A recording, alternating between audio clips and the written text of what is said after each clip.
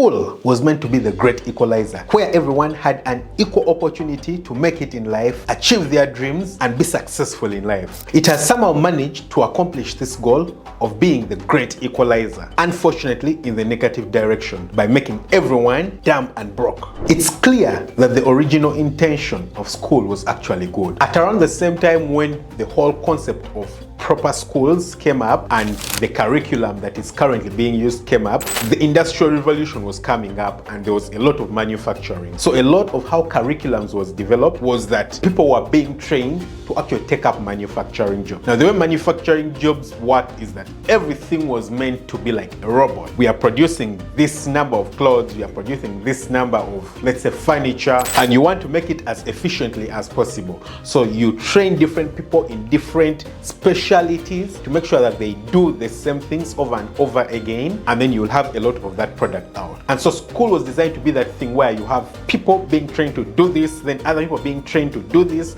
and other people being trained to do this. What that meant is that the people didn't need to have very different results. If you could train everyone the same way and all of them could do the same thing, then everything would be efficient. Now, hundreds of years later, manufacturing is barely run by humans. It's run by robots, by machines. But humans are still being trained for manufacturing, and I think that's really dumb. Here is how school has turned out to be a training center for being dumb and broke. First, schools teach knowledge, but life requires wisdom. Now, there is nothing wrong with actually learning and acquiring knowledge because it helps people get jobs in order to be able to survive in the world. But life requires more than just knowledge. Life is more than just survival. School doesn't teach the critical life skills. For example, how to manage money, how to negotiate, how to communicate. These are very important life skills. For example, it doesn't matter how much money you make. If you don't know how to manage money, you're going to end up broke. I've heard stories of athletes, you'll always read it in the newspaper, athletes who made millions and millions of dollars throughout their professional careers. But only 10, 15 years after retirement, they have blown everything away. Some of them are ending up in jail. Others are ending up declaring bankruptcy only because they don't know how to manage their money. They were not taught how to manage their money. People are not taught how to negotiate. Negotiating is a basic life skill for anything. When you find an attractive lady and you want them to be your wife, for you to convince them, you actually have to negotiate. It's about negotiation. Why should she take you over someone else? If you can't learn the basic skill of negotiation, how are you going to make money? You're going to start a business. Business is simply about negotiating with your client, negotiating with your suppliers so that you buy at as low a price as possible and sell at as high a price as possible. All these things, convincing the client that what they are buying is actually worth the price. If it's $10,000, how do you convince them that it's worth $10,000? That's about negotiation.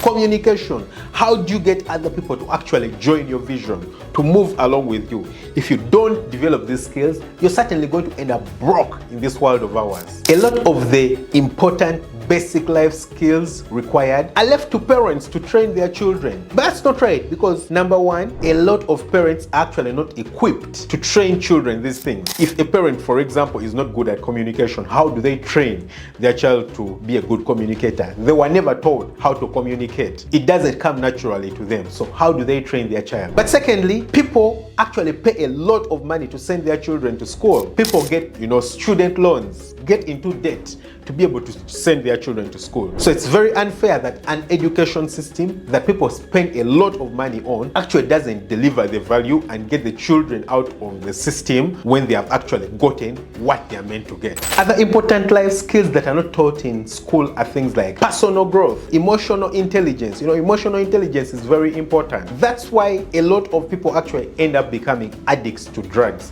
because they don't have emotional intelligence.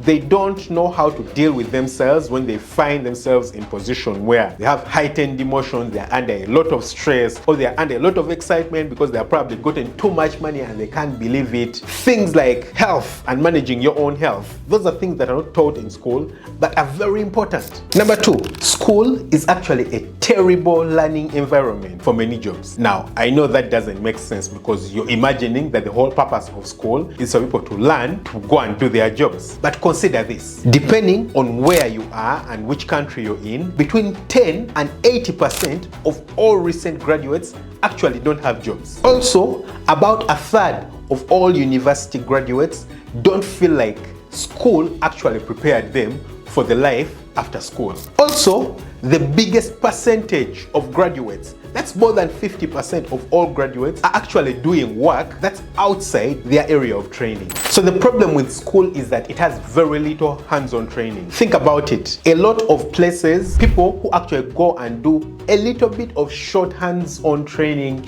maybe a few months, maybe a year, and then they are out. These people are more likely to actually get jobs really quick as soon as they are done graduating whatever training it is, compared to people who spent 3, 4, 5 years in universities simply because they have on-job training. Now, this is something that I've personally faced a lot in my areas of business. For example, on my farms, every time I need to hire maybe a vet, a lot of times the actual vets, people who have studied vet in school, 5 years of training to be a vet, can actually not handle an animal. They don't know how to handle an animal. They can't administer medicine to an animal. And it makes it very difficult for me to actually hire a vet. I end up hiring people who actually learned on the job because they're not afraid of touching an animal. They actually know where the veins are. They know how to administer the treatment to the animals. So a lot of times what was actually meant to be the thing that was supposed to train people and prepare them for jobs is actually a terrible environment for jobs. And a lot of people actually learn to perform their jobs and work better than people who actually went to school. And also in this regard, you can notice that school is actually a very difficult path to having a great career. A lot of times when people go to school,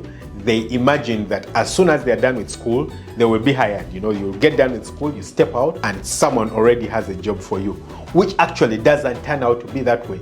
Because a lot of times when people get out of school, they don't have experience. No one wants to hire people who don't have experience. Even I, an employer, when I'm looking for people to hire, I don't want to waste time on training people. I know that people who have just graduated from school, they have just come from school, almost all of them will have no experience at all. They have no idea what to do. If someone comes in for an interview, I'm more likely to choose someone who has some form of experience.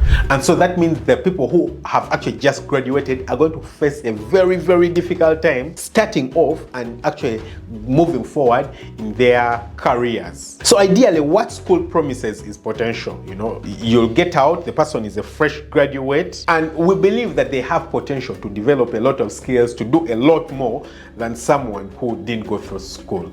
But it's very difficult to gauge potential. How do you tell that someone actually has potential?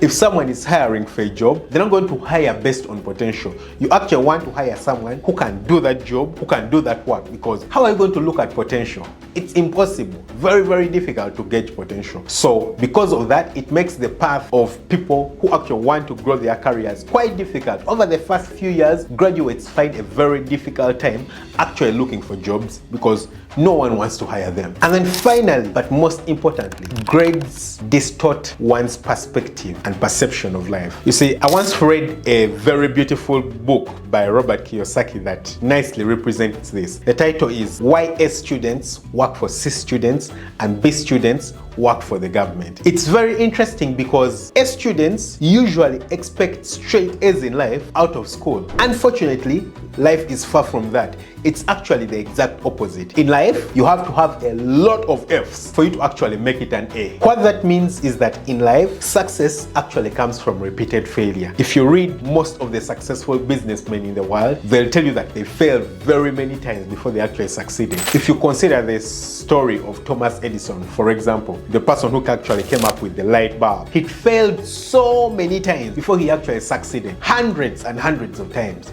before he succeeded. The formula for success is failure. Unfortunately, through school, if you're only used to having very good grades, what you expect is that in life, you'll always have good grades. And because of that, a lot of A students actually fail in life. C students are already used to failing. They are used to failing and trying again. So for them, it's not an issue. You know, if you're used to failing and trying again, you don't have a problem risking something, you know, putting money into an investment or putting money into a business and then it goes away. Because you know that, hey, if it goes, I'll start again. I'll do it over again. Unfortunately, people who have very good grades in school are not willing to risk anything. They don't want to risk anything. That's why they don't make good entrepreneurs. The thing about entrepreneurship is that it's about risking. That's how you get to the top. And if you don't risk it at all because you're only expecting successes, then you're never ever going to have any proper successes. You're only going to depend on others who will always give you something to depend on. For example, if you're a doctor and then you're being hired to work in a hospital, you're expecting a salary at the end of every month, isn't it? So that's easy, but that's ideally being broke in life. That's being a failure in life, because the opportunities that you get are way less because someone is thinking for you, someone is paying you. Students will be surprised that they haven't gotten a job because the HR is an auntie to one of the applicants. They expect that since they aced the interview, they should be getting the job. But hey,